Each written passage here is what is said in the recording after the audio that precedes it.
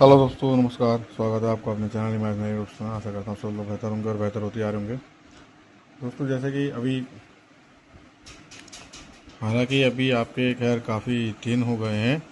काफ़ी दिन तो खैर क्या मतलब, आपके आज दूसरा दिन ही है, लेकिन सावन शुरू हो चुके हैं उत्तराखंड और हिमाचल साइड में, आपके पहाड़ी क्षेत्रों में। तो यहाँ पर दोस्तों आपके पूरे भारत में तो मैं नहीं कह सकता हूँ कि कितने तरीके से मनाया जाता है, लेकिन सावन को यहाँ पर बहुत ज़्यादा मान्यता दी जाती है। भगवान भोलेनाथ के लिए ये महीना समर्पित है। इस महीने में आपके बहुत सारे भीड़ आपके उमड़ती है। भीड़ नहीं कहेंगे उसको, भीड़ कहना बहुत गलत हो जाएगा। ये भक्तों का सैलाब होता है जो आपके कावड़ भर के लाते हैं और शिव जी को चढ़ाते हैं। लेकिन इस बारे में तो बाद में बात होगी। पहले तो मैं इस बारे में कहना चाहता हूँ कि मतलब वैसे तो कई जगहों पर 29 तारीख से आपके सावन शुरू हो रहे हैं, लेकिन पहाड़ों में आपके हरेला जो जहाँ मनाया जाता है त्यौहार, जो कि कल था। कल मैं किसी कारणवश हरेले में इतना बिजी हो गया कि मैं बना नहीं पाया पोस्ट। तो ये प्रकृति का जो नया जीवन होता है, बारिश की बूंदों से भी आपके जोड़ा जाता है। और असल में मेन कारण ये भी है कि आपके जो पहाड़ों में है, यहाँ पर आपके संक्रांति से महीना बदलता है। सूर्य संक्रांति से, जो कि हर महीने में आती है, तो उसके बदलने पर महीना चेंज हो जाता है। और जो प्लेन्स में जो बनती है वो आपके पूर्णिमा से बनती है, मतलब वो चंद्र पे आधारित होती है। उनका महीना चंद्रमा से आधारित होता है। लेकिन यहाँ पर एक बहुत ही ज़्यादा गोपनीय बात ये भी है कि अगर आप देखें तो भले ही सूर्य संक्रांति से सावन शुरू हो या आपके पूर्णिमा से शुरू हो, मज़े की बात यहाँ पर को ये है कि अब अपना अपना मानना तो है। एक ही देश में यहाँ बहुरंगी प्रतिभाएं हैं, बहुत से कल्चर हैं, बहुत से आपके सबके अपने अपने तरीके हैं। लेकिन अगर वैसे देखा जाए शास्त्रों के हिसाब से, तो कहा तो ये जाता है कि जब भगवान विष्णु आपके देवशयनी एकादशी में सोने के लिए जाते हैं, और जो वो 4 मास की होती है, फिर उसके बाद जो वो 4 मास बाद जब वो जागते हैं देव उठनी एकादशी तक, तब तक का कार्यभार बंटता है देवी देवताओं में। कभी उसमें भगवान भोलेनाथ एक महीना रहते हैं, गणेश जी रखते हैं कुछ दिन, फिर वैसे ही फिर पितृ रखते हैं कुछ दिन, फिर मैया रखती हैं कुछ दिन। ऐसे करके ये मतलब किसी के 1 2 4 ऐसे करके आपके ये विभाग पूर्वक आपके बटे रहते हैं, और ये फिर आपके आय को चलते रहते हैं। लेकिन उस हिसाब से तो जो कार्यभार है सृष्टि का, वो एक महीने के लिए भगवान भोलेनाथ के पास में आता है। तो वो भगवान के सोने के बाद से आता है। तो भगवान जब सोते हैं, जो देव उठनी एकादशी अब आने वाली है, मतलब अब कुछ दिनों में आ जाएगी।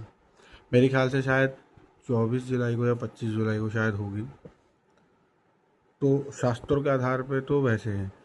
अब यहाँ पर मैं ऐसा है, मैं किसी की भावनाओं को आहत नहीं कर रहा हूँ, ये है। अब जैसे देखिए, आपके क्या नाम कहते हैं, अब कावड़ का मतलब कावड़ लाते हैं लोग बाग। कावड़ के लिए भी ये कहा जाता है कि जो कावड़ जो ले जाई जाती है, किसने शुरू करी, कैसे शुरू करी, तो ये कहा जाता है कि आपके जो ब्रज घाट है, ब्रज घाट से आपके लाके बाबा बैद्यनाथ में चढ़ाई जाती है। मतलब अलग अलग कहानियाँ हैं, अलग अलग कथाएं हैं।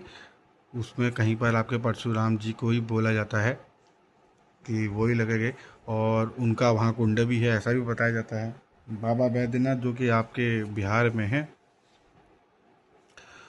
तो ये चीज़ें हैं। देवभूमि, उसको भी आपके ऐसा ही कुछ जोन बोलते हैं, देवभूमि जोन बोलते हैं या कुछ जोन बोलते हैं, लेकिन है वो बाबा बैद्यनाथ ज्योतिर्लिंग, जो कि आपके मेरे ख्याल से शायद सोमनाथ जी, मल्लिका जी, मंगलेश्वर जी, ओमकार जी, मुंडेश्वरी,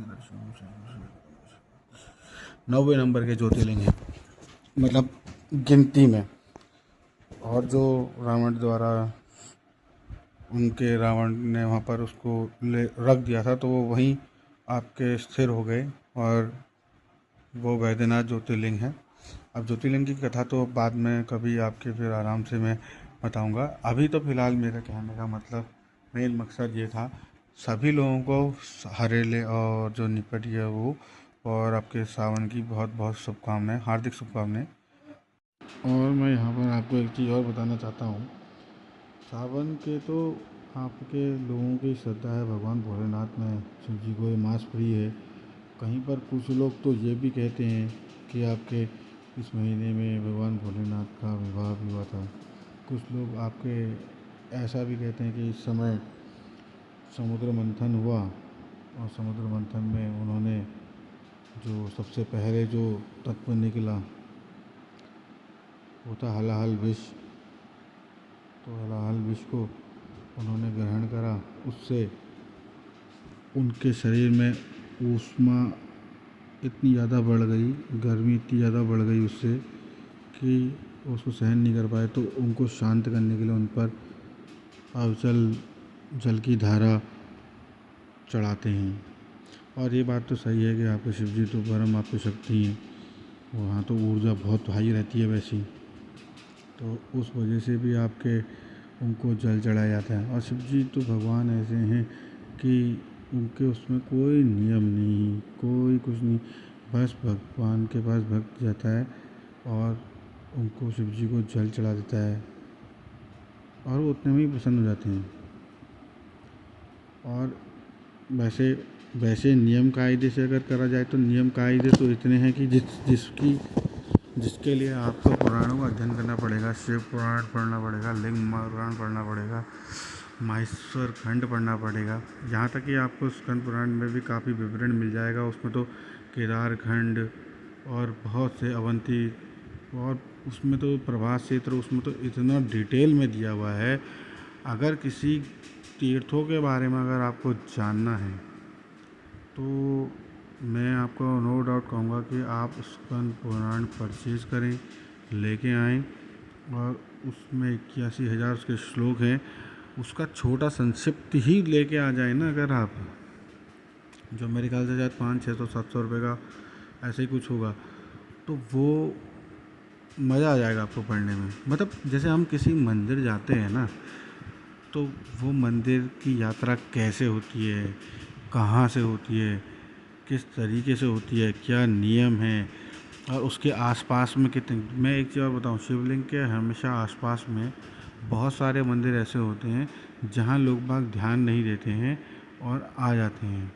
ये सावन में एक तरीके से आपको एक तोहफ़ा समझ लो, क्योंकि मैंने अभी अभी स्कंद पुराण पढ़ा है, तो एक तोहफ़ा ही समझ लो आप लोगों के लिए। वो ये है कि आप जब कभी भी मंदिर जाएं, यदि आपको किसी भी बात का ध्यान नहीं है, स्मरण नहीं है, आप वहाँ जाएं, आप वहाँ पर को परिक्रमा लगाएं। जैसे शिव जी की परिक्रमा में आपके उनकी जलहरी को नहीं लांघा जाता है, तो वैसे ही आप आपके अकेले में कहीं पर को खड़े होकर मंदिर प्रांगण में वहाँ पर को आप एक प्रदक्षिणा कर लें, जो कि दाएं से होते हुए बाएं, जैसे क्लॉकवाइज जो होती है, ऐसे आपके परिक्रमा कर लें।